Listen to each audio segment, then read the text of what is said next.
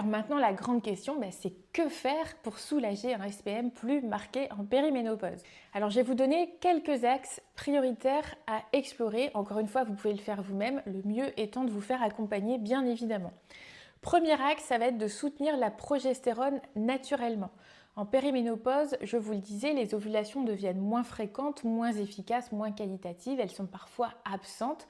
Or, c'est l'ovulation qui déclenche la production de la progestérone. Résultat, il y a beaucoup de femmes qui entrent dans un état de carence fonctionnelle en progestérone bien avant l'arrêt complet des règles. Et cette baisse, elle n'est pas anodine puisque la progestérone, c'est une hormone clé du cycle féminin avec un rôle bien plus large qu'on ne le pense.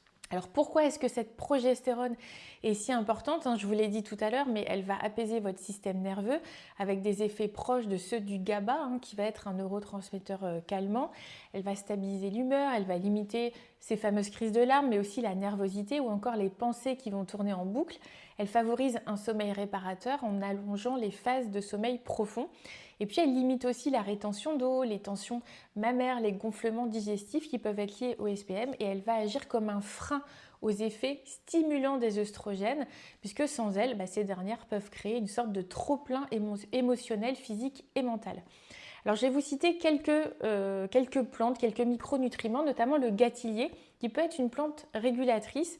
Le gâtillier, c'est une référence en phyto pour soutenir naturellement la progestérone avec une action qui va se faire au niveau de l'hypophyse, la glande qui contrôle l'ovulation et la production hormonale ovarienne, qui va stimuler aussi la sécrétion de progestérone chez les femmes encore réglées, surtout lorsque l'ovulation devient plus aléatoire.